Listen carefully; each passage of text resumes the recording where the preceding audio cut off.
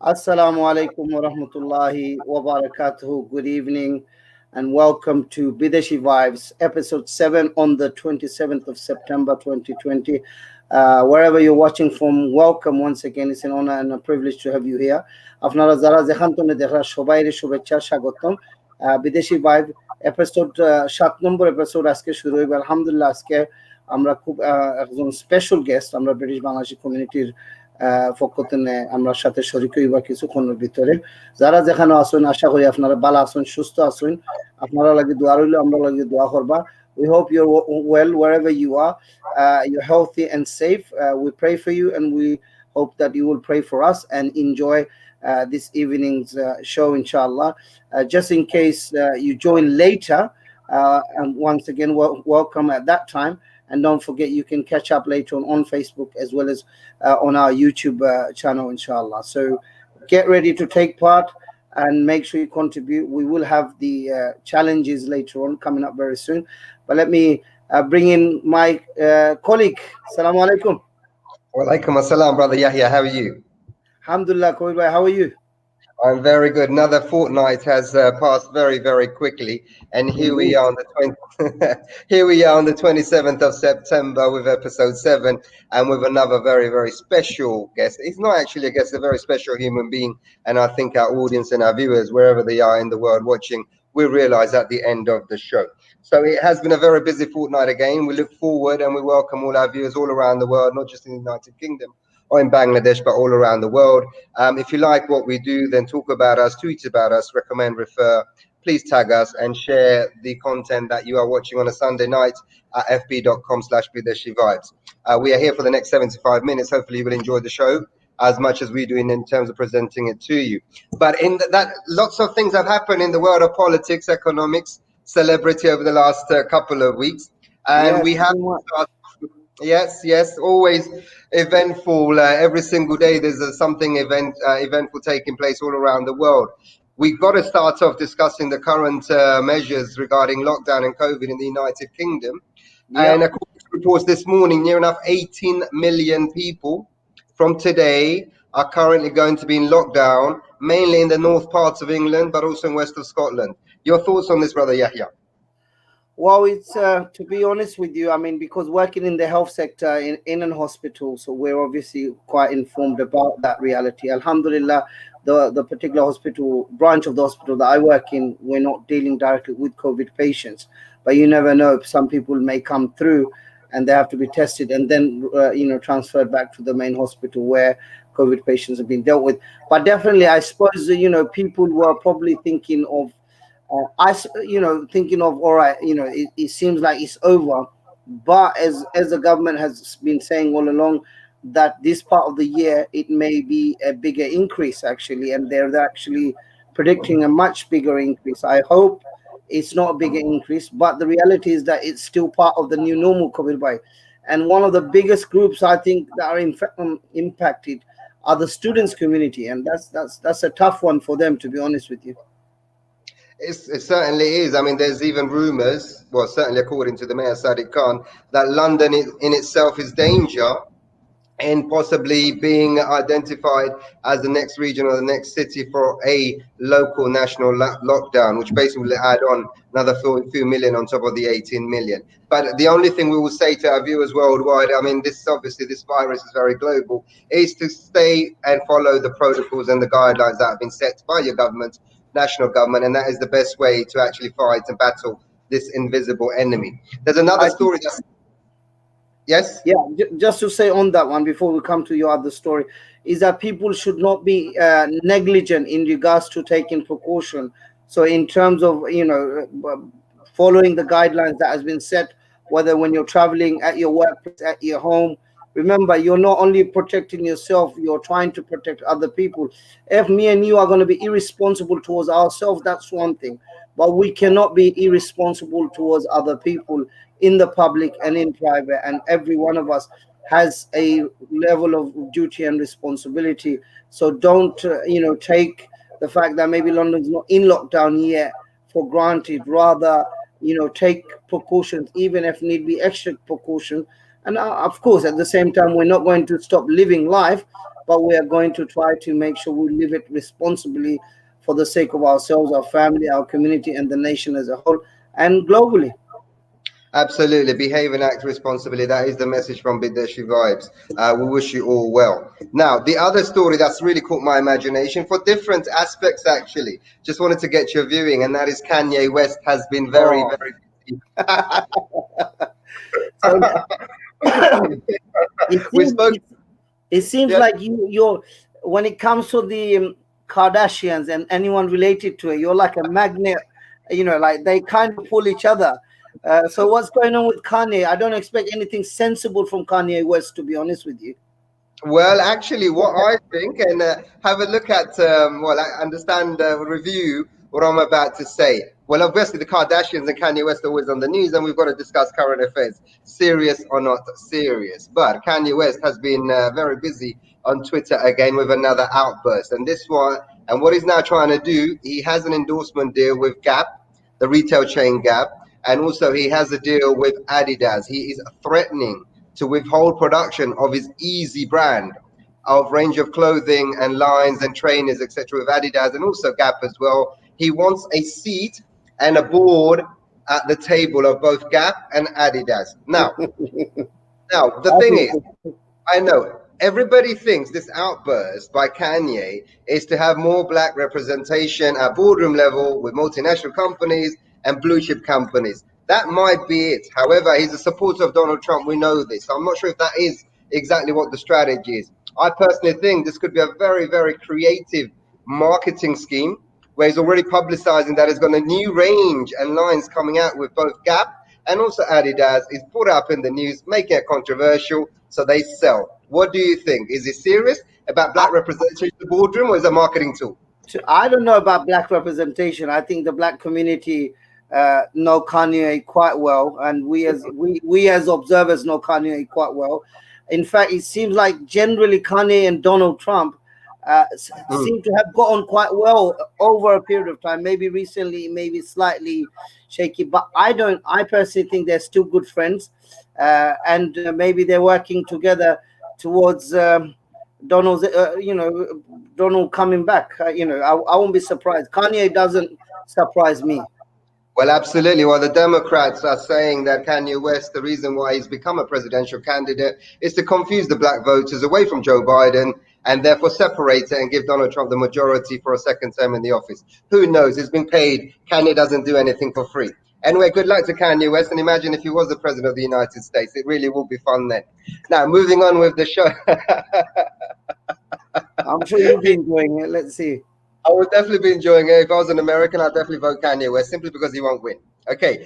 And I think he's You promised a always million vote pounds. them. Yeah, he's promised $1 million to every single family, I believe.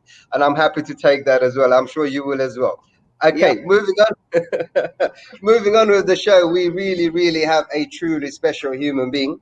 Well, we say he's a human being, but if you look at his achievements and his resume, it's either a proposer for an arranged marriage, a traditional arranged marriage, or he's an angel sent from the heavens.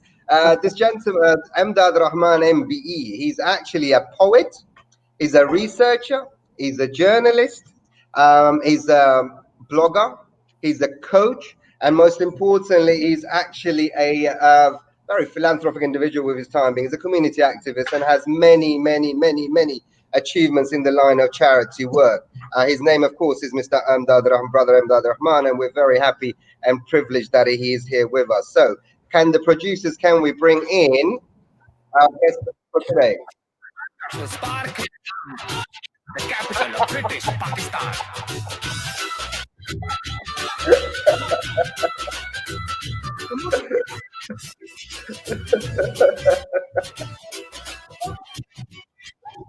They all know me. You like my suit?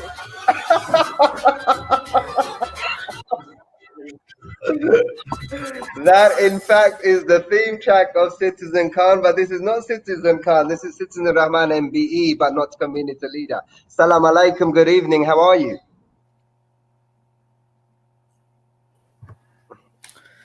Salaam alaikum, Imdad bhai. Walaikum salam. Thank you very much for inviting me onto the show. And It's a, what a grand entrance it is. I, I just froze there for a second.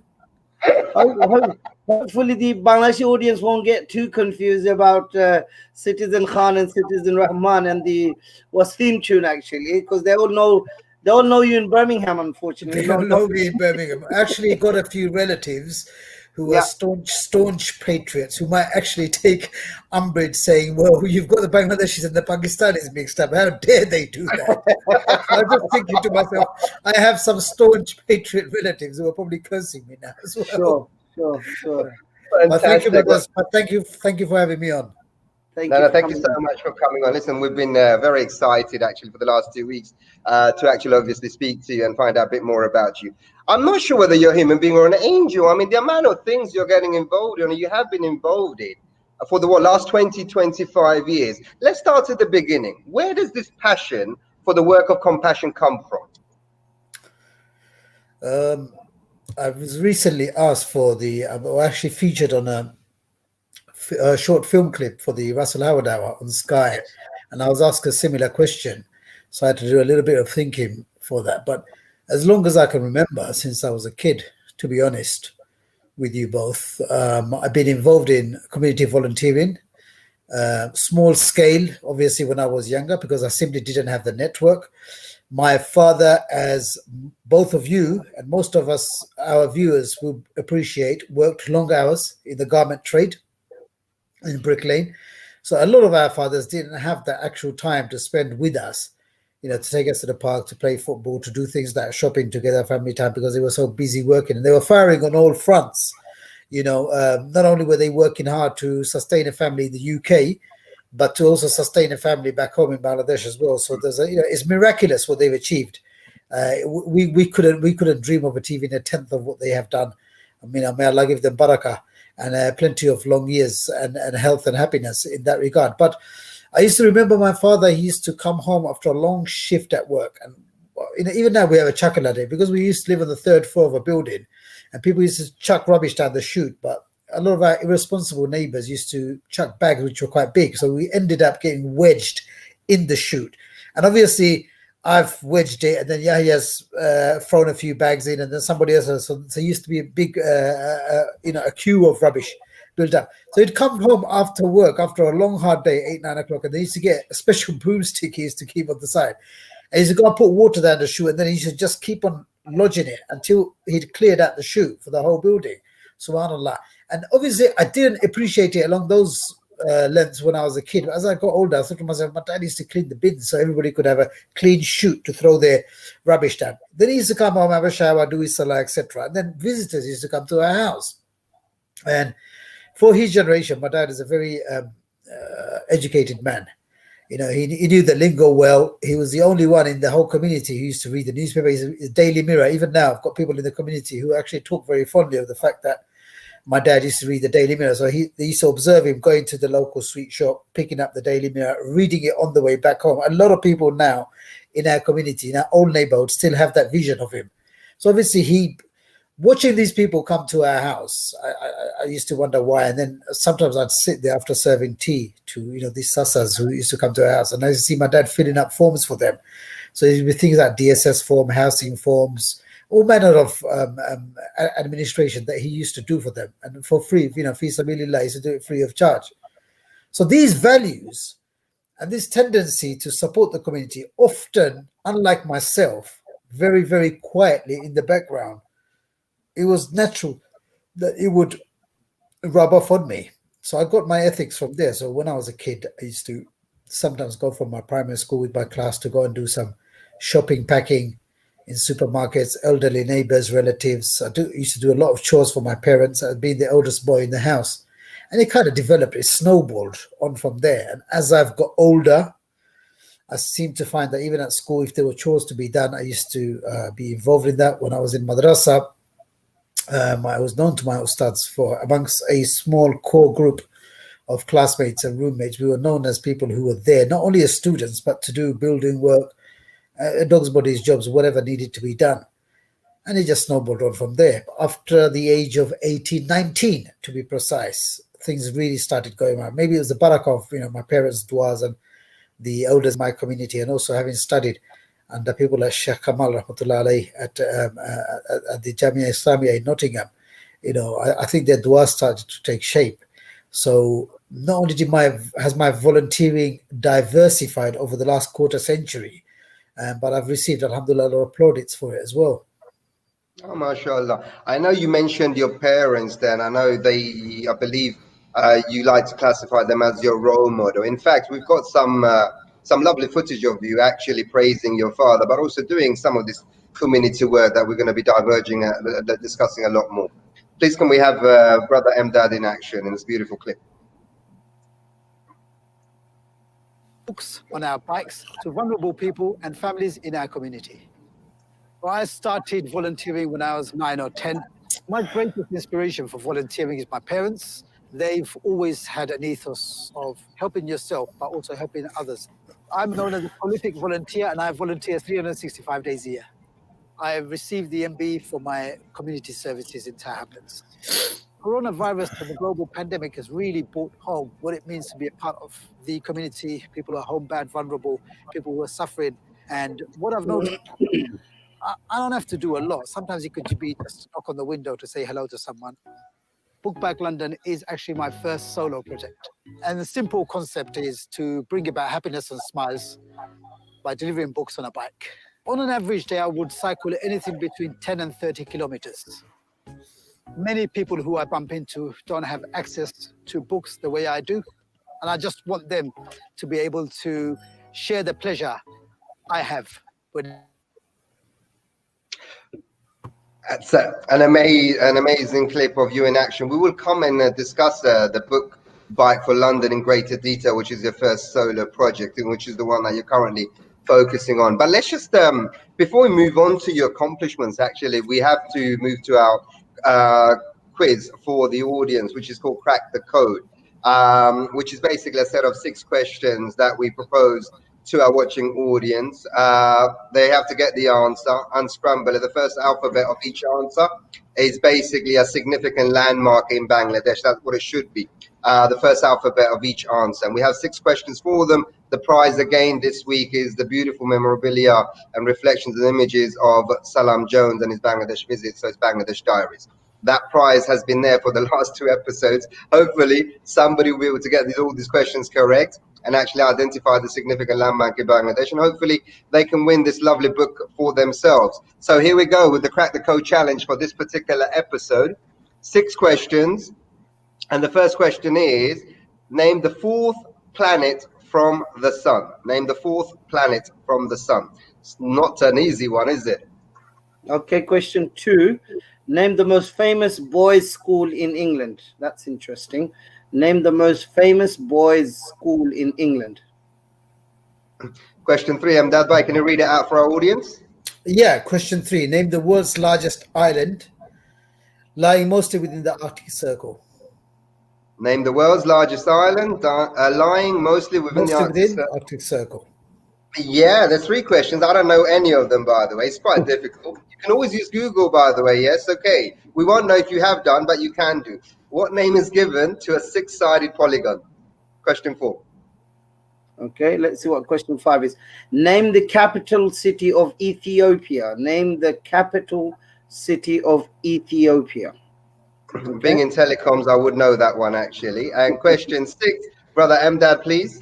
What word describes an animal that is active during the night? That's an ominous one.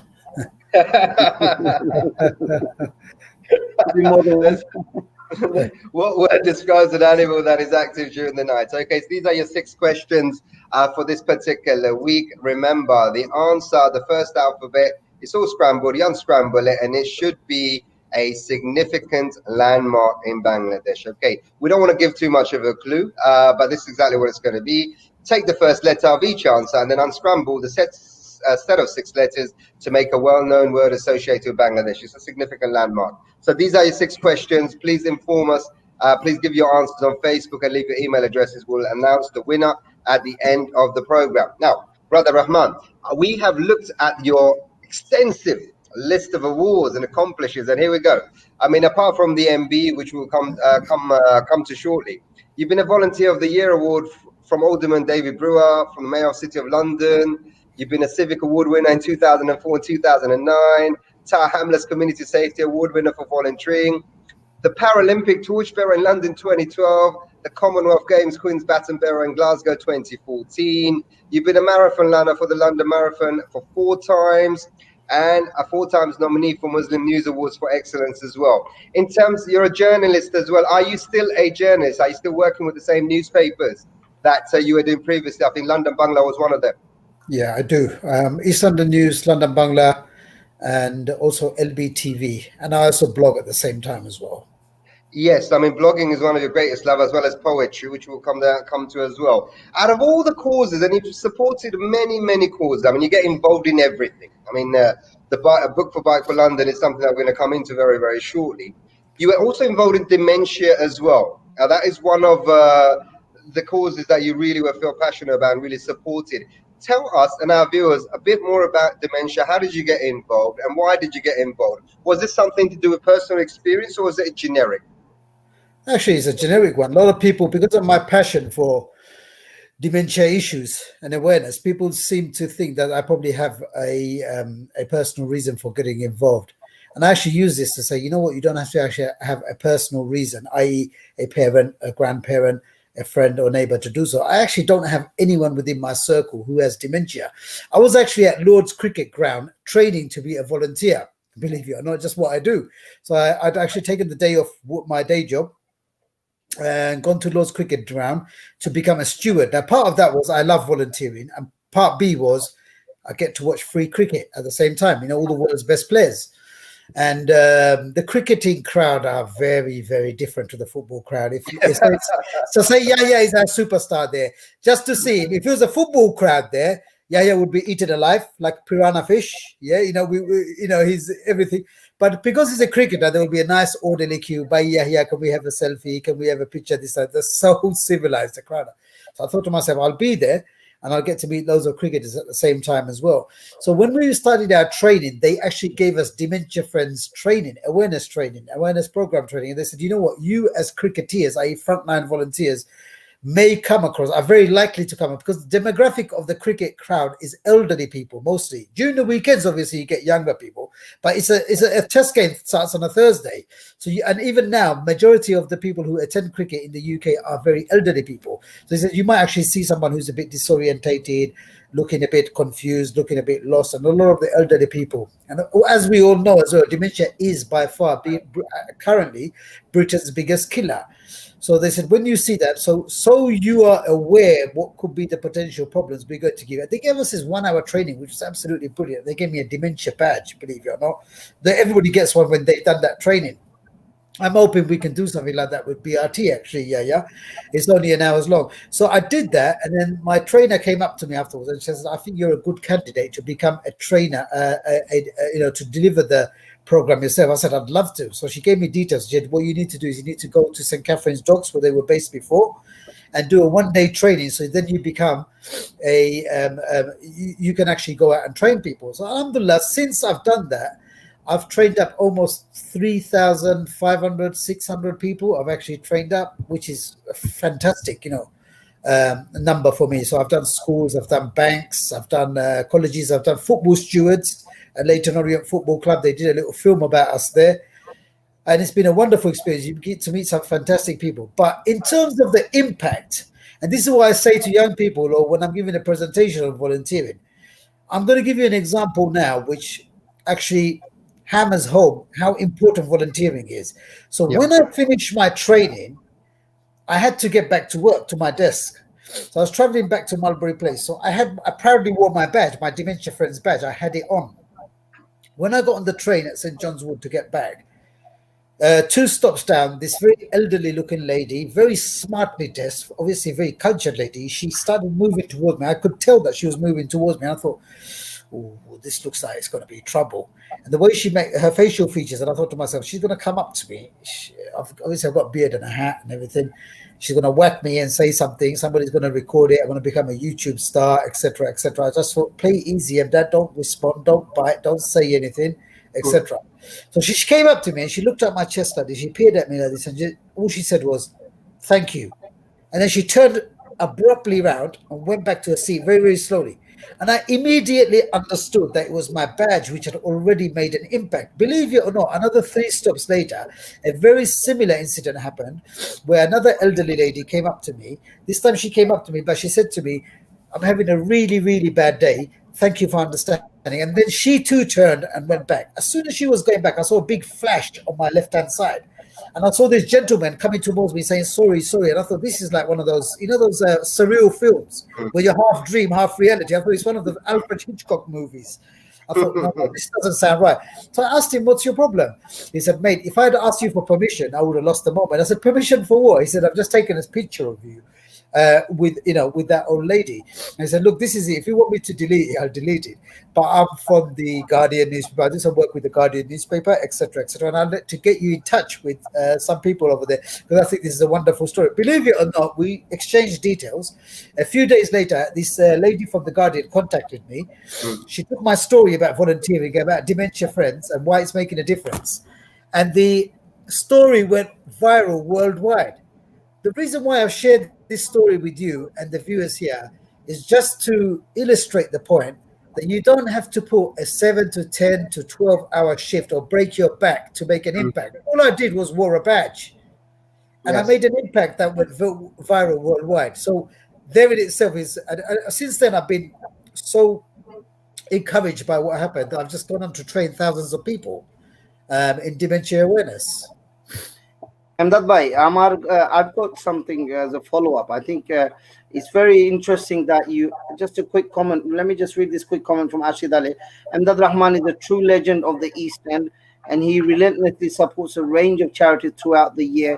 Absolutely amazing. So that's from Ashid Ali. Thank you, Ashid Bhai, for Thank you. Headmaster Ashid Ali, thank you very much. Let's see if you can crack the code, Ashid Bhai. Do your best, inshallah. Yes. Amdad Rahman is where Amdad Rahman, you are on a live TV program and you need to look civilized. Do you know why he's saying that, Alkas? He's a staunch Evertonian. Yeah, that's why he's and also his answer to number 2 was London Enterprise Academy. And I said, no. The question you've got it wrong. When you asked the question about the school, he actually got it wrong there as well. So anyway, but thank you, Ashid, for your kind comments. I will cover the badge up. Aminul Islam is and his brother Yahya in Costa del Sol. Yeah, you might want to Google where we are, then you'll figure out where I am actually sitting. Actually, Aminul, thank you for joining. Worldwide, and in fact, I just want to ask Amdad Bhai. I think the fact that just that one badge, just that 1 hour of training and the journey back to work immediately made that impact, like you said, Shakunda Laksena Kintu ekta jinish holo that you had a number of people who approached you. They were all from, I would say, the current British white community, if I can use that term. We know that the minority communities are also being impacted, and here specifically, amra Bangladeshi community, amra sadharon bhabe amra ashole dementia re balatke buzi na buzay আমরা একটু struggle করলাম আসলে আম্মা আব্বা চাচা চাচি এরা কিভাবে খেদমত করার দরকার আপনার অবজারভেশনে যে কতখান মনে করেন আমরা দায়িত্ব এই ডিমেনশিয়ার বিষয়ে এবং আমরা কিলা আরো এনলাইটেন্ড হইতাম পারি অথবা শিক্ষিত হইতাম পারি যেভাবে আমরা সহজভাবে আমরা তো জানি যে আমরা মা বাবার খেদমত হলো খুব important but dementia is not just doing খেদমত to our parents but understanding the elderly and understanding dementia so that we can be more effective. Mashallah, yeah, but you've খুব একটা বড় পয়েন্ট আপনি রেজ করছেন এখানের মাঝে আমি একবার আপনার এক্সাম্পল দেই আমি একবার সিনাগোগ গেছিলাম একবার London Islamic school in E1 ওনার মাঝে ট্রেনিং করে আসলাম ওনার শেখে হইছিল যে আমাদের কমিউনিটির মাঝে একটা টাবু সাবজেক্ট আর এই সাবজেক্টে গো I'm just reading Ashid Ali's comment there enjoy it while we've had him he's top of the table, so he's going to go on and on and on and on. He's actually they do look very good, by the way. Everton look good. They look very, very good. We'll come back to that. So after as they say, looks could be deceiving as well, Ashid Bhai. Yeah? So hold your horses. Hold your horses. 3 games in. So dementia সম্বন্ধে আপনার একটা আমি big lesson শিখলাম আমি ও training করতে সময় যে অনেক ক্ষেত্রে স্পেশালি বাংলাদেশি খালি কমিউনিকেট হয় না সিলেটি কমিউনিটির মাঝে আমি দেখছি আমার এক্সপিরিয়েন্স থাকি যে অনেক ক্ষেত্রে আপনার দেখা গেছে যে গরুর মাঝে মুরব্বী মানুষ, দিস ইজ রিয়েলি স্যাড, আপনার এটা শুনিয়া চকুর পানি আইব আপনার। যে অনেক ক্ষেত্রে দেখা যায় যে দাদা বা দাদির বা নানা বা ইউজুয়ালি দাদা বা দাদির একটা কেস আমি জানি যে আমি দুইটা কেস হলে দেখছি যে ডিমেনশিয়া এগুলা একটা বিয়ার মাত চলের, দুই ফ্যামিলি দুই পরিবারের একটা বিয়ার মাত চলের। দি ফ্যামিলি ডিডেন্ট এডমিট, তাইদের এডমিট করতে চাইছেন না যে দাদার ডিমেনশিয়া বা দাদির ডিমেনশিয়া। এর থেকে তাদের কইছে যে আমরা মুরব্বী হলোর উফরি বেমার, তাদের দেখে জাদু করে দিয়েছে। বিকজ আমরা ব্যাকওয়ার্ড, আমরা চিন্তা দেখো খানো, Yeah, আমরা yeah. ব্যাকওয়ার্ড কত ব্যাকওয়ার্ড চিন্তা যে উফরি হইলে জান বাঁচি যাব, বাট যদি ডিমেনশিয়া হইলে ইনো বিয়ার মাত খিত যেতে পারে, ক্যান্সার বাঙ্গি হইতে পারে। যেতে পারে। বিকজ হগুলো হইলতা পারেন বলে ইয়া আল্লাহ দাদা দাদি যদি সমস্যা থাকেন এই পাত্র বা এই পাত্রীর মনে হয় ডিমেনশিয়ার প্রবলেম হইতে পারে। Because it's ignorance, isn't it? Ignorance, education নাই এটার সম্বন্ধে, আর ইনফরমেশন নাই টু হ্যান্ড। তো এদের ক্ষেত্রে আপনার দেখা গেছে আমি দুইটা কেস পাইছি, আমি শো দেয়ার মেনি মেনি মো, যে তারা হইলিছে বলে জি না আমরা ইয়া বাইরে আসলে জাদুর প্রবলেম, আমাকে জিনবুত অনেক বেশি খাতির করা এর মাঝে, তার মেন্টাল হেলথ প্রবলেম নাই, তার আসলে অক্টার প্রবলেম। এর থেকে দে উইল রাদার অ্যাডমিট যে পজেশন, দিস পজেশন দেয়, or demonic possession in some cases. They would rather say that than say, you know what, this person's got dementia or mental health problems. So আমরা কমিউনিটির মাঝে specially একটার awareness raise করা খুব বেশি গুরুত্ব আমরা দিতাম। স্পেশালি খালি জাস্ট মুরব্বী হল মাঝে না, বা ইয়াংস্টার্স হলে অনেক অনেক ক্ষেত্রে বুঝে না যে তারা ফ্যামিলিতে মাঝে দেখে তারা grand parents ডিটেরিওরেশন or slowly they're forgetting things, they're repeating things, they're not recognizing them telltale signs, বা তারা বুঝেন না, তারা দেখে যে repetitive behavior মাঝে ওর তখন বলে পাগল হয়ে গেছে নাকি তা, they've been very very derogatory, and a lot of cases as well frustration because awareness নাই and ignorance নাই। আমরা বুঝি না যে আমরা আমরা মুরব্বী হলে we do zulum on them as well at the same Yes. time without even understanding, because we ourselves have not taken that 10 to 15 minutes to read up on it or watch a video on it or go to the Alzheimer's Research Society website and check this out. But আমার আমার হতই লুকিয়ে আপনার that we absolutely have no excuse for this. No excuse in the fact that we're neglecting our elders and those in need, but also the fact that we can't actually feign that we ignorance. We can't just turn. I can't turn around to Yahya and say, I'm Zanchina. Why could Zanchina? There's stuff going through your letterbox. Your inbox is full of it. You're being handed. Every time you open your social media, there's adverts on there. There's so much information on there. In fact, you're overwhelmed with information, and you claim to don't know anything about it. That's not an excuse. Thank you Emdad ভাই, আসলে এটা very important. আর এই সাবজেক্টের issue আমি মনে করি না শুধুমাত্র বাংলাদেশি কমিউনিটি ইংল্যান্ডের ভিতরে ইম্প্যাক্ট করে, আমার কাছে লাগে বাংলাদেশও এই বিষয়ে আসলে আছে, কিবা এত সহজভাবে মানুষের রেকগনাইজ করে না। আর আপনি যেটা কইছেন যে এই যে উফরি দোষ ইত্যাদি হইয়া বিভিন্ন দুনিয়ার কারণে আসলে একটা অন্য সাইডলাইন করা। বাট আমি এই আপনি যে খুব ইম্পর্টেন্টলি কইছেন যে আসলে আমরা এইটার বিষয়ে জানা উচিত এবং দরকার এবং সম্ভব। অহংকার যুগ যে কোনো একটা সাবজেক্টের উপরে বেসিক ইনফরমেশন অর্জন করা আমরা লাগে খুব সহজ। আমরা একটা মেনু একটা জিনিস রান্নার লাগে আমরা খুব দ্রুতভাবে ইউটিউবে গিয়ে অথবা গুগলে গিয়ে আমরা লুক আপ করি, একটা মেনু তৈরি করলাম অথবা একটা ইনগ্রিডিয়েন্ট একটা জিনিস বানাইবা লাগে পাই। সেইভাবে ডিমেনশিয়া যে জিনিস এটার বিষয়ে আমরা জানতে বেশি সময় লাগার কথা না। এবং আপনি যেভাবে কইছেন যে কোনো এক্সকিউজ নাই, আমরা অডিয়েন্স যারা দেখলা যেখানেও দেখলা আমি অনুরোধ করবো যে আমরা মুরব্বী হলোর খেদমত আরো সুন্দর আরো উত্তম আরো পরিপূর্ণভাবে করতে হইলে এই ডিমেনশিয়ার বিষয়টা আরো একটু আমরা দায়িত্ব ভিত্তিক আগুয়ে আইতে হইব, রেসপন্সিবলি আগুয়ে আইয়া বালাটিকে শিখিয়া একজন আরেকজনের শিখানোর দরকার। এবং আমরা কমিউনিটির ভিত্তিতে প্রত্যেক ফ্যামিলির ভিত্তিতে ডিমেনশিয়া একজন অ্যাম্বাসিডার অথবা একজন চ্যাম্পিয়ন থাকা উচিত, যারা বুঝে নিজে। আমি দেখছি যে আমরা ভাই বোন অথবা আমার নিজের কথাও কইম, আলহামদুলিল্লাহ এই পর্যন্ত আমার গরু এই বিষয়ে নাই, কিন্তু অন্য খানো দেখলে যে আমরা ধৈর্য কোনো বিষয় আমরা ধৈর্য খুব লম্বা, আর এইসব বিষয় আমরা ধৈর্য খুব বাড়তি এবং খুব এটা যে একটা ক্ষতি করে এটা আমরা বুঝতে রাজি না, আমরা খুব লগালগ ফার্স্টেশন দেখাইতাম চাই।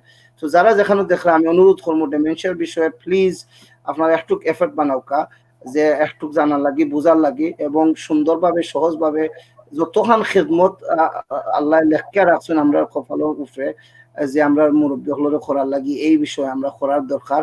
এবং not only are you serving your elderly generally, but you are serving them even more, especially in this very, very difficult part of their life, especially when their short-term memory goes and everything about the long-term starts appearing and that can be very frustrating. I've seen a wife who's having to witness from her husband that he is not no longer recognizing his own wife.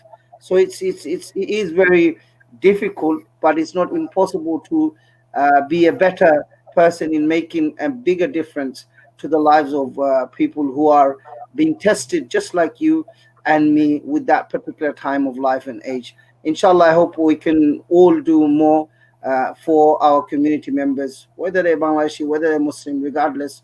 But let's be more aware, let's be more educated, and let's be more proactive in assisting our needy. Yeah, absolutely. I mean, it's an illness that is totally misunderstood by the community, and not just by community, but also neglected as well. It's very universal. It does it without discrimination. We will all be victims one day, so it's best to raise awareness. Now, you're watching Bideshi Vibes on fb.com/Bideshi Vibes on this 27th of September with a special guest, Mdad Rahman. Now, if you just joined us, you can actually catch up on the rest of the show on our Facebook website. If you do like what we do, please tweet, please share, please talk, please refer, and tell the world the kind of online content that you are actually using and watching on Sunday. Now, back to our Crack the Code challenge. We have already said the 6 questions. We'll now repeat it again. You know the rules by now. 6 questions. The first alphabet of the answer, unscramble it, and it should be related to something regarding Bangladesh, a significant landmark or a word. The first question is name the fourth planet from the sun. The second question is name the most famous boys' school in England. I think I've got a rough idea on that one. Name the world's largest island lying mostly within the Arctic Circle. I have no idea. What name is given to a six-sided polygon? Name the capital city of Ethiopia. I know this one, so 2 out of 6. What word describes an animal that is active during the night? So I think I've got about 50%, that's 3 out of 6. How many did you get? Well, tell us on our Facebook page, and we'll announce the winner at the end of the show. Now, moving on, let's talk about your solo project, your very, very first solo project. In fact, the footage that we saw was from the Russell Howard show regarding the Book Bike London cause. This is your first solo project that you're doing. First and foremost, tell us how it came about, where did the idea come from, and then how did Russell Howard manage to cover this? So I've had an obsession with books since I was a kid. I think I didn't have the good fortune to study at college or university. Not a lot of people know that. Having said that, my presentation skills, I'm often told, exceed people who have been there. And it is 100% to do with the fact that, remember I mentioned my dad used to have an interest in reading newspapers. So then it would be passed around the house on a daily basis. So we never had the internet those days, so it would be read from every single dot would be read on that newspaper. Sometimes my dad, because he saw us being interested in reading the newspaper, he used to bring on the Guardian. So he used to up the stakes sometimes. So we'd read something a bit more challenging for ourselves. Libraries were a haven for myself. I'd spend, even now, it's not uncommon for me to actually just walk into a library and just sit there. It's not, it's really weird. I can't describe. I just go and sit there. I might glance through a book. I just might look through the titles. I might just sit there. If I'm walking around somewhere, I'll sometimes just go into a bookshop and just browse.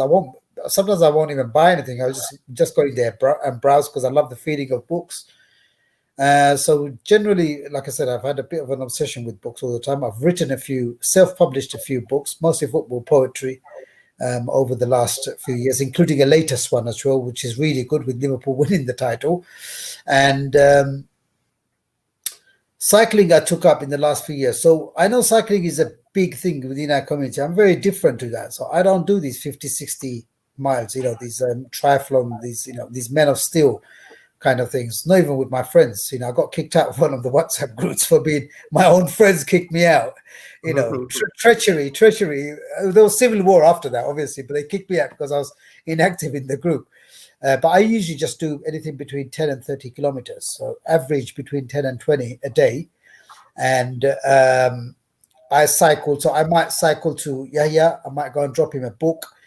During the pandemic, I've rejigged the whole project. So I use the hashtag BookBikeLondon, which is my, or BookBike, or I've changed it to FoodBike and Medibike because of the pandemic. A lot of people who are vulnerable, or stuck at home. Let's get this right. I've had some comments from people saying, why are you delivering to people? You can very clearly and visibly see a BMW in the background. So, I've had to, what it is, maybe I should have been a lot more, but I find myself snapping at a lot of people who make these kind of comments. So what I say to them straight away is, this just goes to show how out of touch you are with reality. I said, when the pandemic struck, do you think the coronavirus actually cares whether you've got 6 cars in the drive or you travel on foot, first and foremost? And second thing, the most important thing is, whoever is affected, who needs to shield, it doesn't matter what their economic status or social status is. If they're stuck, they're stuck. Does that mean that we don't serve them, because they've got an X5 in their driveway? So I said, look, you guys need to get a reality grip. First of all, you're not doing anything to help the situation. You're not contributing financially. You're not even making dua, which costs absolutely zilch to do. But you're sitting there, on your couch, being a couch pandit and passing judgment on people who are receiving aid and people who are distributing aid as well. And you've got some serious nerves. So a lot of people, about 90% of the people, actually felt quite embarrassed after I gave them a verbal lashing. But like I said, Book Bike came about as a result of delivering aid on a bike last November. I got a friend, Professor Zainul Abedin, who works at who actually in charge of Barking Learning Centre. He helped me launch it. I had one of my church schools in Tower Hamlets, Patrick Devereux, Our Lady St. Joseph School. I went to visit him with the first bike, started it off there with the first bike. I've been using Santander cycles as well. And all I do is basically get on the bike. You might phone me up and say, oh, you know what, that I could really do with a crossword today. I'm elderly and I'm stuck. You wouldn't believe the number of people who, to us, it's a completely different world because we've got everything here. We don't need a book now. But there's this lady I volunteer with on a weekly basis, and I never highlight this on social media. I've actually never mentioned it until now. She's blind in one eye. We got paired up at a volunteering event. Her name's Mary. She's blind in one eye. She's losing sight rapidly in the other eye. And we got paired up at a volunteering event because when they did it's like a dating site for volunteers. So they say, Mdad, we found a perfect match for you, which is Yahya. We think you guys would be a good match for volunteering, obviously. For nothing. So what they found out was we both liked word searches. She likes, so all she needs is someone to sit there with her, be her eyes, because when she's struggling to see, all I do is read it out. But for us, it's a question of we connect, we have a little chat, we have a cup of tea. She does her crossword word search. Wherever she gets a little bit stuck, I just give her, I'm her eyes for her. So you can imagine it's a beautiful scenario. And then I drop her a word search once every 2 weeks. So this bike has given me access to go and visit her. I don't have to worry about parking, etc., etc. And the concept behind Book Bike is, you might say to me, I've got 500 books. I would say, no, that's not the concept. It's not about me holding it. What I'm going to do is I'm going to come to your house with a rucksack. We will fill this up with whatever I need, and then I will go and deliver it to Kabir over there. Okay, so I very rarely have stock in hand. I usually go and pick a load up and go and drop it off at a school or a hospital ward or an elderly people's. Like Salambai's book, which you've got, the fantastic book which you're giving, is an absolutely wonderful book. But he gave me some of these books when I first started Book Bike as well, and I gave them to certain projects who were over the moon, like Sonali Gardens, for example, in Whitechapel, where we've got a lot of Bangladeshi elders, many of whom actually have suffer with dementia. So you can imagine that was like gold dust for them, having a book of that sort. So I went and, I went by cycle, I went and delivered a few bikes there. And like I said, during the pandemic, I varied so I got in touch, I'm supporting Hedgecote Community Centre Food Bank. I'm also part of Hamdan Food Bank. We paired up with Dagenham Redbridge Football Club. So I used to cycle, go and fill up my big rucksack, which everybody used to ridicule me. They used to make so much fun of me. That's what's happening. You got Tabligh Jamaat, you got this, because it was abnormal. It was abnormal. It's like the Hunchback of Notre Dame. And now this rucksack during pandemic became a savior. So I used to go to the football club, fill it up with food, and I used to go and do my deliveries as well. And like I said, because of doing this, I put it on social media quite a lot. So 3 things happened. Russell Howard got in touch. They made a film, which you've seen part of there tonight, which was really, really good. I actually got to meet Russell Howard as well on the day. The producer said to me that they had a surprise visit for me in the afternoon. So they took me in a cab and me and my bike to Primrose Hill. When I got there, I had a bit of suspicion that it's going to be someone famous because obviously the houses around me, they start off at 1.5 million, 2 million. They're not like Mbappe's houses. No, exactly. We actually have the moments that you actually were caught, where you meet Russell Howard, and it gives you a wonderful gift. Here we go. Read books, they can't afford the books. Books are very expensive. So when I donate the books, I know I'm improving somebody's literacy level. Got one more collection left for today. It's not a usual route I take. Let's see how it goes. Hello. Good afternoon, sir. Good afternoon At to your you. service. I've got some books for you. Wonderful. I also found out you're a Liverpool fan. I've got you a Van Dijk t-shirt. Oh my goodness. Is that right? Wow. Does that fit? It's kind of a one size fits all. So these are the books. Fantastic. Pleasure. There you go. Thank you so much. Well, thanks for doing this, mate. It's an amazing charity. It's absolutely brilliant. And an amazing way of being well read and fit. Totally. Do you know what I mean? Totally. And I've always admired him from a distance. But having met him now, my estimation of Russell Howard has gone up that much higher. Awesome. Nice to meet you, dude. You have a great day. I will do. Thank you. Enjoy the books. What a fantastic story and what a fantastic initiative. By the way, just very quickly, Brother Mdad, if somebody wanted to get involved in Book Bike London, what do they need to do? That's a really good question. So I created Book Bike. There was no copyright on it. I don't have any domain names on it. I just use a hashtag. Like I said, I'm open to advise anybody who wants to replicate in their own city. I'm happy to actually travel down. It would be nice actually to, after the lockdown hopefully is over sometime next year, to actually travel down to a city, team up, and say, the best way to contact me is via Facebook. And if anybody wants to replicate the project, please feel free to replicate the project. I don't have any copyright on it. You don't have to pay me any franchise fees, etc., etc. It is actually a community thing. If somebody nicked it tomorrow, I wouldn't have any legal recourse. So if I wanted to start you up tomorrow, I can't take him to court. And that's right. I'll tell you what I'll request you to do on behalf of Bideshi Vibes, maybe later on. If you do like a 1-minute video on how basic it is and how it's done, we could post it up on here and we can share it and move it around as well. That might be quite nice and easy to do, basically. Then people can just see that, because I think initially people are thinking, oh, it's such a big thing and it's quite complicated and this and that, but it's obviously it's not as complicated as maybe it immediately appears. So maybe a small video, like a 1-minute thing from you, that's fine, for Bideshi Vibes, and we'll share it about and stuff. I've got a very important question for you. 2012, it's obviously 8 years ago, the torch bearing for the Paralympics. How did you end up lighting that or carrying that fire? Yeah. Wow. I mean, I actually was looking at there's a YouTube video which Sainsbury's did on my adventure with the Paralympic torch in 2012. I couldn't believe it myself. I remember watching the Olympic torch relay and thinking to myself, gosh, I would have loved to have done something like that, carry the Olympic torch from one location to another. And I thought, okay, inshallah, something better happening. But I just thought to myself, I had that thought to myself that I would have loved to do that.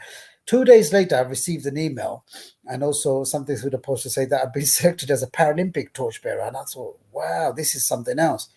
So I contacted the people and I said, but I'm not disabled. They said, this is not about disability. It's about people who are actually doing great things, which we deem to be great things in the community. So I readily accepted. And I thought, well, now maybe it's good, because when I started my working career at the age of 19, this is one of the things I credit, which keeping me my foot on the ground. I used to be a personal carer.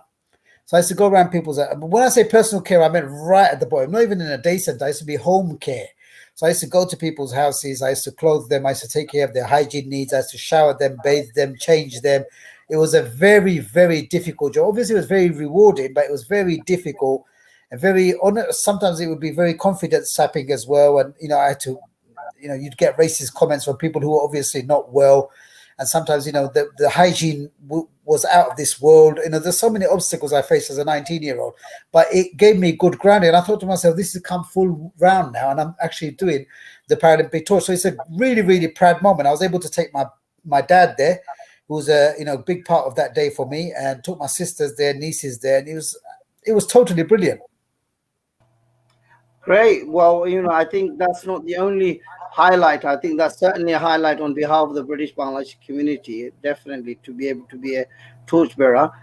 Something else, you ended up meeting the Queen for the MBE, which we've got on the screen. And obviously, we within our tradition, faith tradition, we have the idea of, whoever does not thank you people does not thank Allah subhanahu wa ta'ala.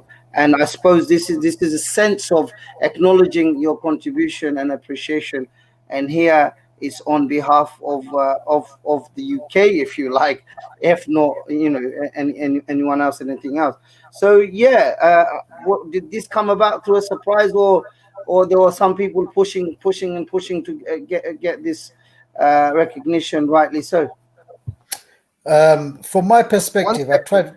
One second, Brother Rahman. You received 239 votes to be awarded the MBE. I believe that was the end of statistics for you. Tell us about the day. What was the experience like from the beginning, from the minute you received the phone call to the etiquettes and the actual day? Tell us your experience at Buckingham Palace meeting the Queen. So a month before the date, I received an official letter through the post. It was actually there. I was going through a period where there was a lot of bills piling up. I'm really being honest with you guys. And I almost missed it. And I just casually opened it, actually ripped off a corner of the actual official letter from Buckingham Palace. I looked at it and I just went stone cold. And obviously, I needed to let them know in writing, or remember, I had to confirm whether I'd accepted it. It's part of the, when they communicate with you, you've got to accept it before they confer it upon you. So the very next day, I remember it was just shock. I went and showed my parents, and I shared it with my parents only. I was told you can't actually tell anybody, and can you imagine, it's a month before the official announcement is made. So it was very difficult. I told a very few, I can say it now, it's 8 years old, but I told a very few close people what had happened. Apart from that, I just kept it very, very quiet. I was invited to Buckingham Palace. I went there with my dad and my 3 sons. My wife gave up her place so that my dad could go, which was, really, really kind of her. The morning itself went by in a blur. So I went in there and someone almost spilt some alcohol over me, which was one of my biggest bugbears on the day. And I just said, I remember that caused me quite a lot of friction. So I had to be vocal with a few people. And then when we went in to meet Her Majesty, so we were led through many, many corridors. My dad and my sons were already seated in the public gallery. We were led into a hall and then eventually made our way through. This is Buckingham Palace. This is Buckingham Palace. So before you go into the main hall, you're standing in a line. There's, like 250, 280 people standing in a line. They're waiting to go through into the main hall and receive their MBE from Her Majesty. And I was in front of a gentleman called Pat Rice, who used to be Arsenal's. Yeah. He's an Arsenal legend, and he's Arsenal's assistant manager. Yeah. And I shook Pat. So I said, Pat, I think I'm more excited meeting you than the Queen. I can remember, and I, at one point he goes, he's, the Irishman. He goes, "You said that 3 times now, lad." He goes, "You said that." I was so pleased I had Pat Rice behind me. And I said to him, "Do you know my dad is a Gooner?" I said, "Do you know my dad is a die-hard Gooner? He's been supporting Arsenal ever since he came to the UK." He said, "You've told me that 3 times." I said, "Pat, can I introduce you to my dad when we go out?" So he said, "You're more excited to meet me than Her Majesty the Queen," because Pat Rice was getting an MBE as well. So it was really nice. But what I remember about Her Majesty the Queen is this.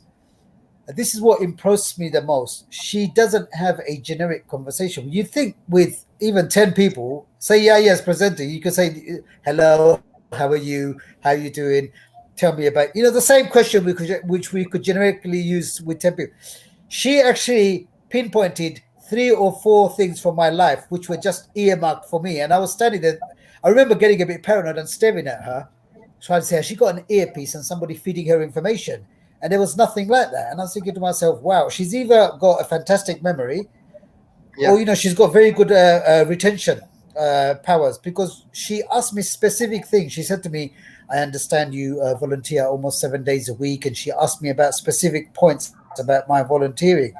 And I was thinking to myself, wow, this is not even a generic conversation. I was so mightily impressed. And the time just flew by. I received my honor from her, went outside, got some official pictures done. Went home. I think I was the only one who actually celebrated with PFC. So that's something I haven't shared. Yeah. Emdad Bhai, very quickly, we're going to actually go on to the quiz very Mm. soon. But for that, I've never seen Emdad Bhai wear a suit so far in my life. So maybe, maybe I'm, He didn't wear wait, a suit there either. yeah. He didn't wear a suit. did Bobby prepare Yeah, you a yeah. suit for that? Nah, yeah, I'm struggling. You know, the Rotary Club, they phoned me on Friday to do a statement for something which is happening tomorrow, which is very important for me. So when Yes. the chair phoned me up on Friday, he actually sent me an email saying, "Can I do 5 minutes? I need to talk to you on Zoom if that's okay." So I said, "Yeah." I was driving, so I parked up in front of Mulberry Place, and he said, "I need to record you accepting something on our behalf. I can't give you too many details now unless you ask me later."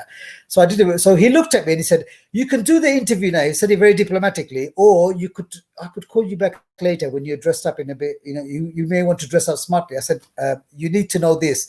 I don't do suits. I'm just a normal scuff bag. This is me. This is me looking good." So we had a good laugh about that. So I recorded it just as I was in the car.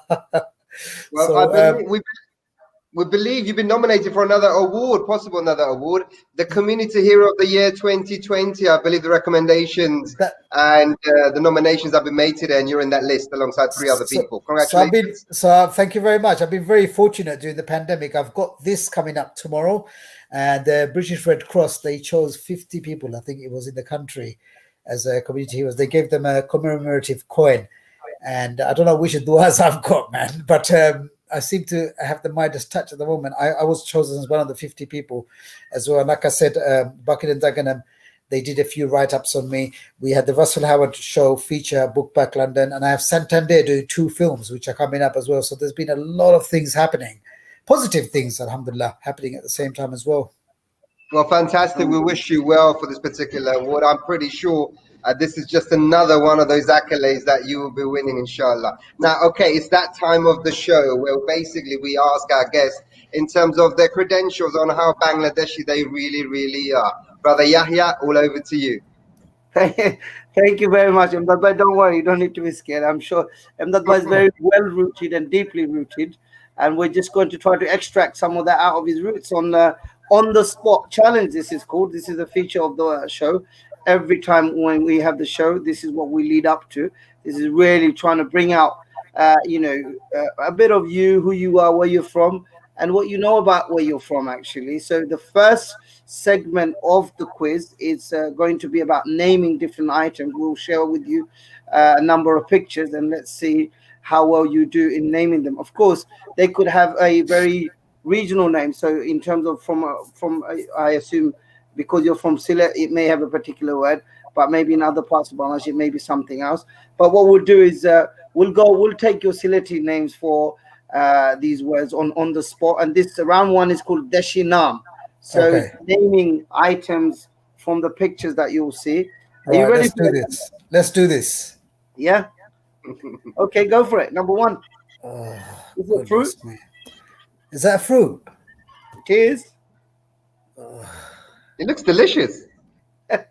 Maybe photoshopped a bit more with All right, I'm just going to go with Lesu, and I'm going to get gunned down for this one. Well, if Sasa your dad's watching, then I think he should have the lathi on you rather than a gun. I think I'm Yeah. going to get beats today. All I'm right, gonna go- okay. Well, if Bob is watching, make sure you record this and share it with your father-in-law. Let's go to the next one. Another fruit. Hold on.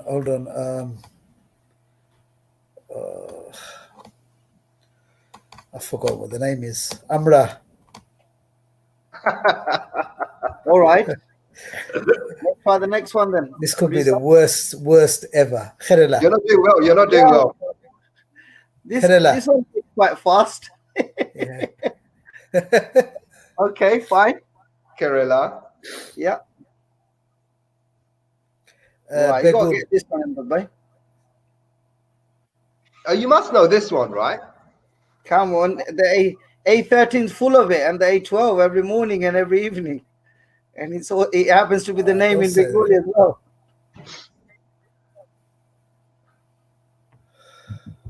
It's a fruit, isn't it? It is indeed a fruit.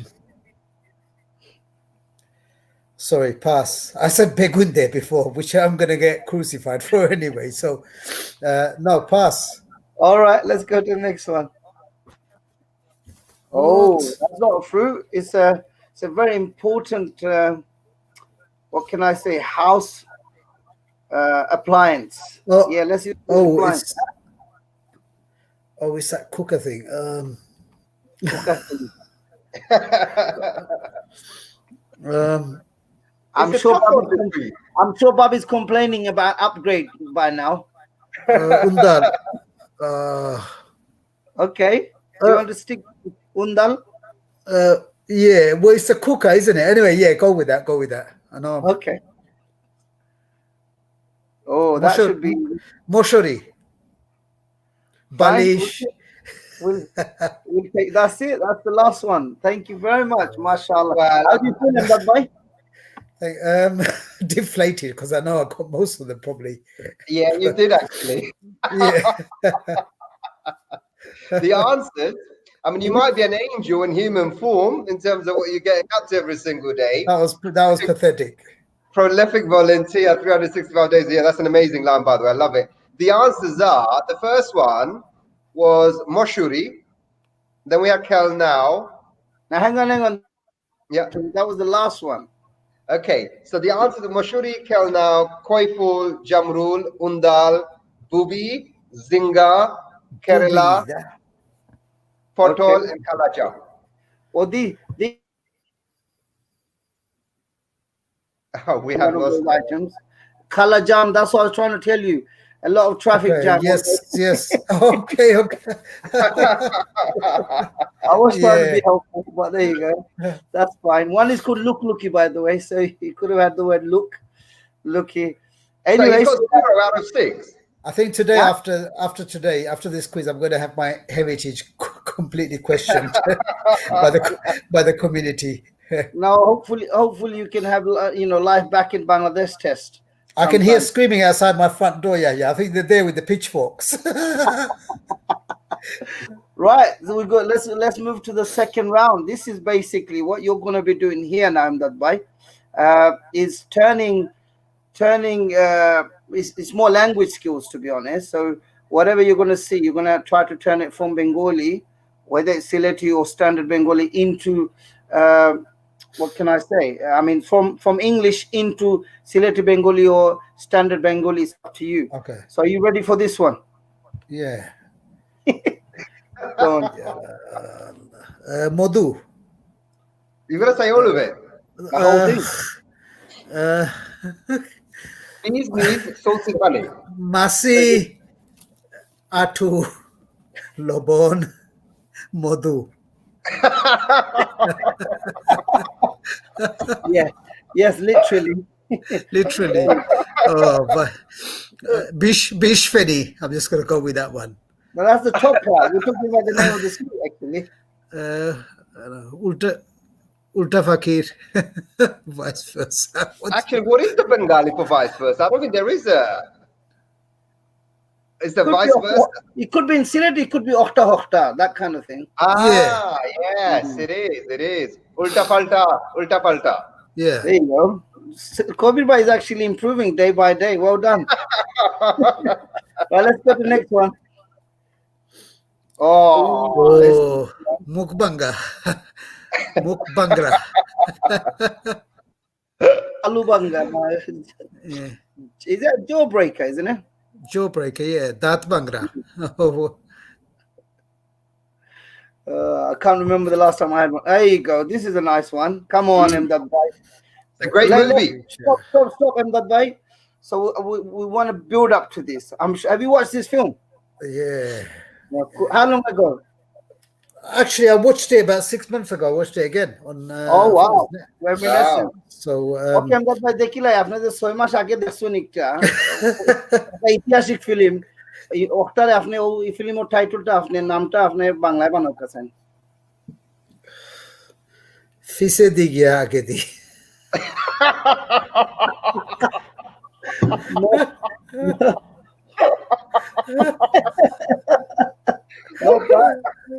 পিছে দি গিয়া আগে দি নাকি তা Yeah. What you want to improve on ফিসে it? গিয়া আগে দি আচ্ছা, You need to পিছে দি unlock গিয়া your আগে iPhone. দি। All right, there you go. Next one.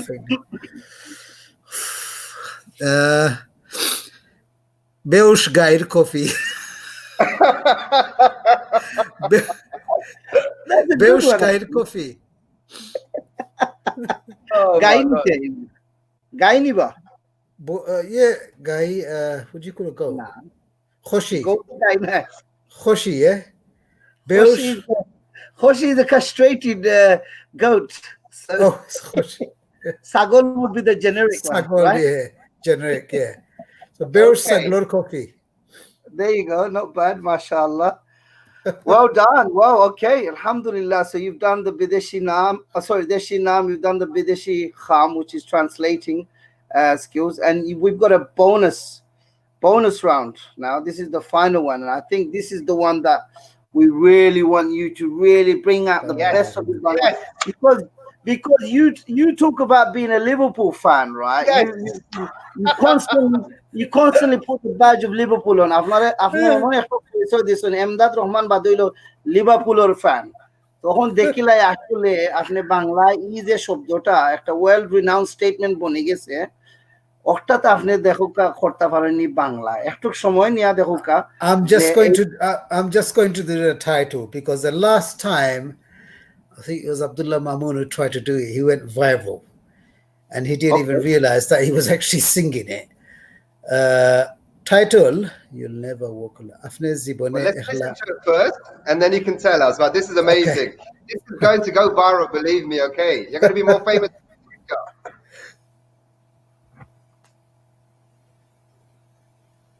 When you walk through a storm,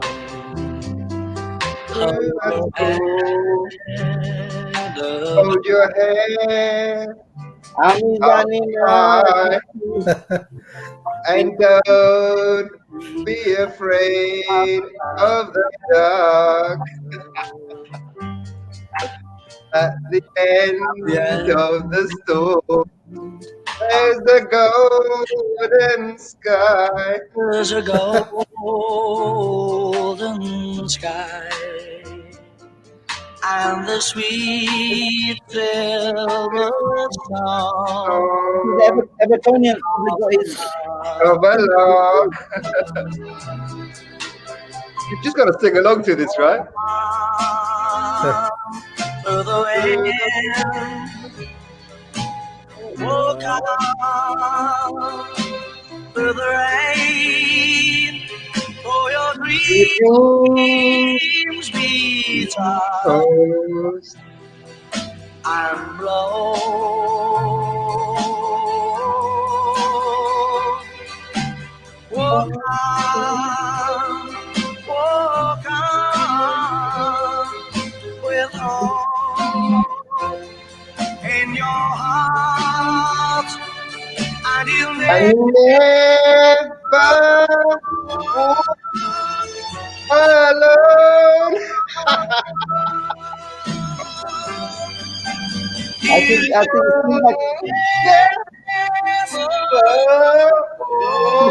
it seems like covered by the Whitney Houston fan.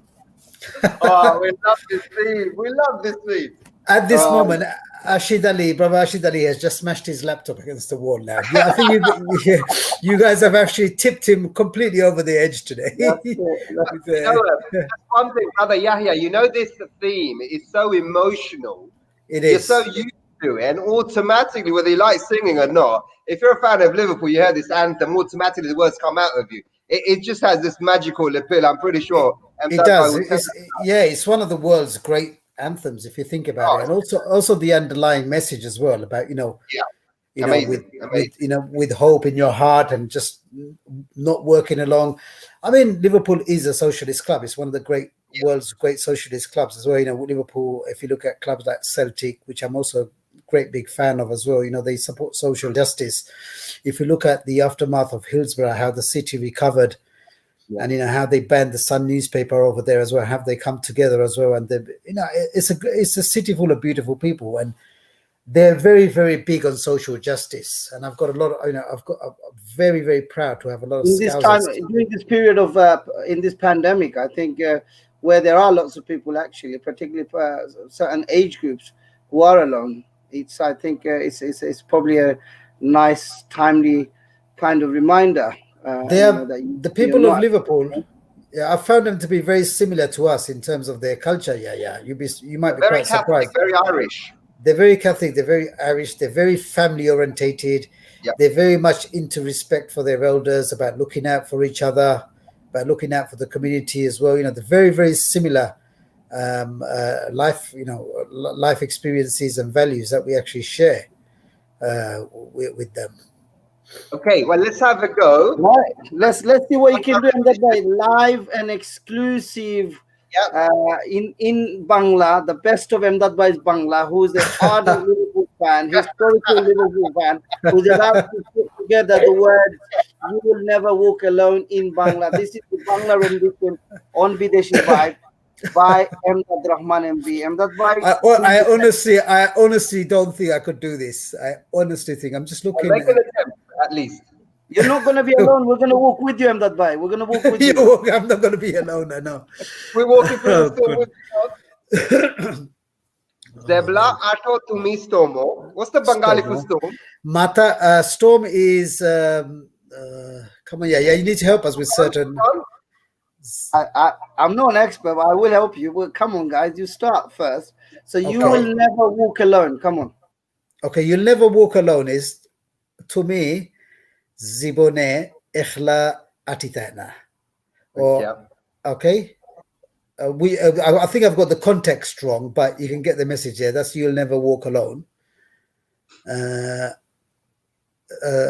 Afne ikhla atitana or afne you'll never afne zibone ikhla atitana. Let's move You'll on to the never- first line. When you walk through Okay. a storm, go on. So Zebla, I've forgotten what storm is.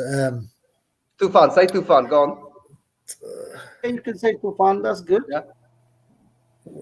Tufanedi Zebla Ato Mata Ufredi Rakio are dark are Andaire Dorayona Tufanor Sheshedi Ekta Shunar Ashma. Akashe and Fakir Fakir Gan Mita, silver. Mita Silver, Mita What is Silver Mita Rufa Silver is not necessary. I Fakir think Mita is fine. yes, so Mita Rufar Fakir Gan because we don't know what the lark is, so we just Okay. stick to the bird generic there. Go on then. Walk on through the wind. It just Atia zao doesn't- batasho, atia zao mego. Mego. Arte tahto batasor bitte di. Yeah, atia. Atia taka batasho bitra di, atia sha meto. But then the next time? Though your dreams be tossed, are tumar dreams. Tofon. Shafon. Shofon. Toss and blow into ulta falta, in ulta falta. তোমার সফনে উল্টাইব এবং মানে উড়াইয়া নিব Urayanibo, yes. So walk on. Ato. আটতে থাকো Artetaho with hope. Hope is Asha. Zanor maze Ashaloya. Dilor bitre Ashaloya. Ar tumi zibone ekhla atitana. Zibone ekhla atitana. I think that's done. Pretty much. Mashallah, mashallah. Collectively, we didn't do too badly. Oh, that wasn't too great. To be honest with you, right? We've been complimentary. We helped you out more than ever. Just before we go, actually, we would like you to end the show with one of your poems. I know poetry is a great love of yours. You're an author, actually. You've done 4 books now. I know you've done one on the African Championships. I know you've got the football poetry book, which is the very first one. And then you've also done one on the European Championships as well. Just before we end the show, we would like you to do just recite and read out a poem and then end the show for us after we've done the ending slot. But tell us about your love of poetry. Where does that come from? Because I don't know, apart from, I know there's a famous Bangladeshi poet called Kabir Ahmed, named after me, which is great. He was amazing. There aren't many poets in the Bangladeshi community, certainly over here. But in Bangladesh, general, I'm not really aware of it. Where did that love come from in terms of poetry? And was it football related, or was it poetry in general that you really liked? I was never actually a poet. I was just football crazy since I was a kid. But I'm not your average football fan. That I can say right now, because even when I was at school, I used to win the brain of soccer competitions all the time. I used to smash the teachers. I used to have this history teacher called Mr. Bukilik at Stepney Green Boys School, and he was another football. He was a football encyclopedia. He wasn't your average sun reading, football maniac. He was a footballer, and some of the questions he used to ask me, he used to get because I used to go to, like I said, the library again, and I used to read about players like John Charles, who were like from my dad's era, and all that. So I knew a lot of football history, and he used to be very impressed. But I used to smash all the football competitions. So in 2004, I came across this website called footballpoets.org. I wrote to them saying, would they pay me for content? They got back to me saying, that's a cheeky bit. Didn't you know poets are always skinned? I thought, okay, that's a bit of a... But I started writing for them. I remember the first one I wrote was about Dennis Bergkamp on the thing, and I haven't looked back since. I've got about between 700 and 800 poems now. They're all the work we put on there in footballpoets.org, they're all archived. Well, a lot of them are archived by the British Library. So our work has got historical context. And I've been writing poems for, so any subject I like to write about, like historical football players, historical football games. When a World Cup comes around, I do a match-by-match diary. For many years, I've been writing a match-by-match diary of each Liverpool game throughout the season, hoping that this will be the season that we actually pull off a championship win. And I struck gold last year. So now I've got a collection, which is, like I said, now the British Library want a copy of that. The Football Museum, National Football Museum want a copy of that. Liverpool Football Club want a copy of that, because I struck gold. Because at long last, I've got a 38, a whole compendium of poems, game by game match report, every single game in a historic Liverpool championship winning season. So that's been brilliant for me. George Sefton, who's actually the stadium announcer. George Sefton, he wrote the foreword for me. He was brilliant. He wrote it for me free of charge. So what I've decided to do is the Liverpool book, which I've published this time round, I'm going to actually give I'm going to support Lonely Orphans, the charity, with the brilliant work that they do. But on that note, any charity who wants to make more, I remember when I first started my football book, I want to just put it out there. One of the charities, they auctioned one of my football Can you imagine my football poetry book for £4,000? Obviously, somebody was a bit of a fan. So I'm just giving you an idea. You never know, somebody might bid. You can have a signed copy, because what they did was they had a dinner and they said, who'd like to buy this for £1? And somebody said, just put their hands up and said £4,000. So obviously they were looking for an excuse to spend £4,000. So they just bought the book, which was put up there with the value of £1. They paid £4,000 for it. So if there's any charities or anybody out there who'd like a free copy from me, please get in touch. I'm more than happy to provide you with we'd like a couple of signed copy on behalf of Bideshi Vibes. That would be really good. Absolutely. That would be my pleasure to pass them on. Muhammad Ali, assalamu alaikum, brothers. Absolutely amazing program. Thank you for joining. We had a very long message from one of the guest audiences earlier. Yeah, Abdul Khair, I am watching you guys from Cornwall.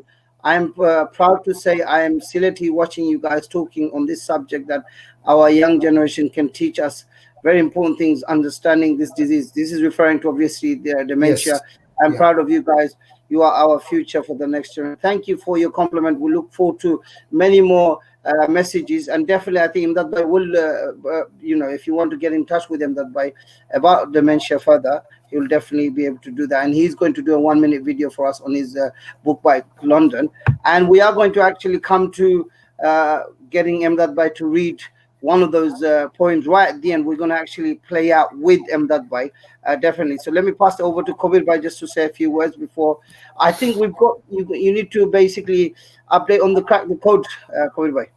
That's correct. I mean, we're coming to this another 75 minutes to just race through with such a fantastic individual. The answers for the Crack the Code challenge.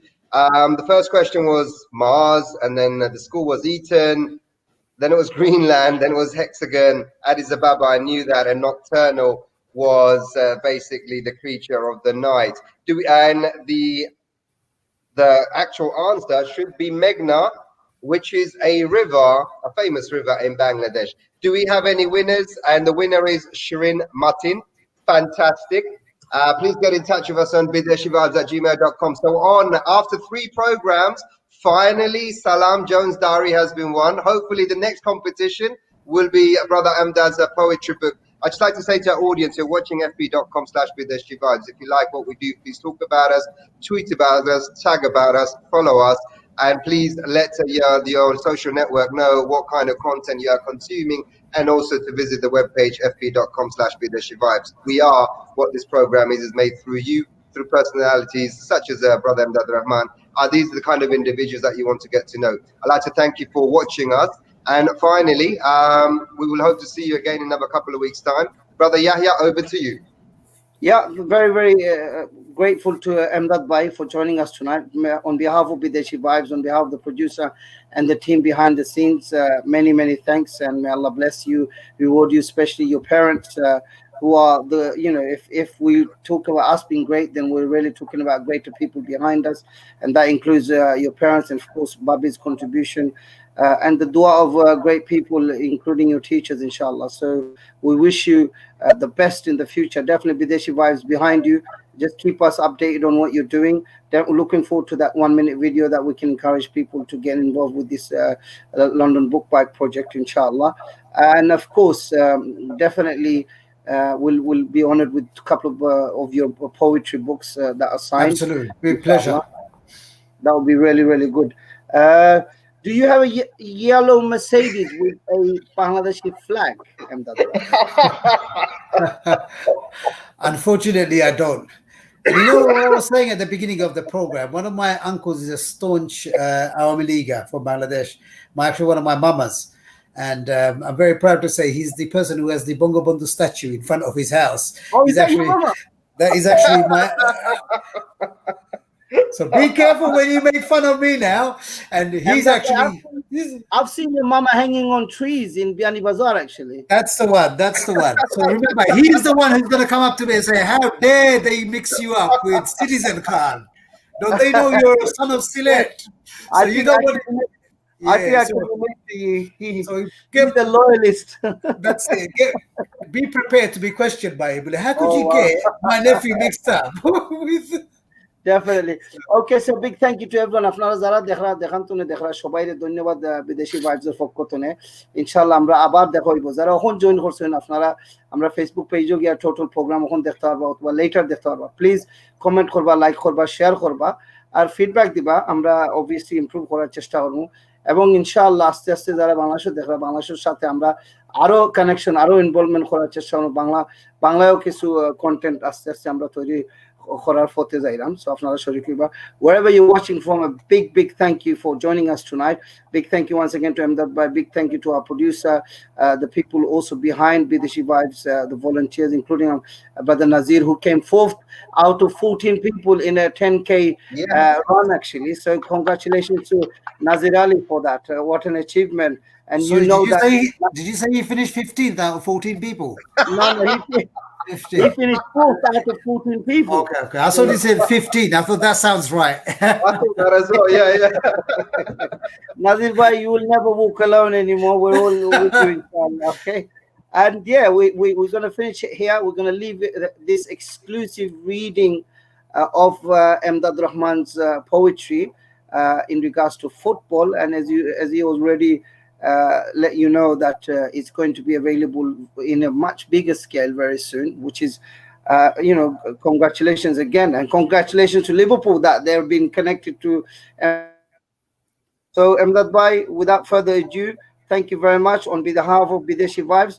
We're going to leave it here. We're going to let it play out with Amdad Bhai reading from his wonderful collection of Liverpool.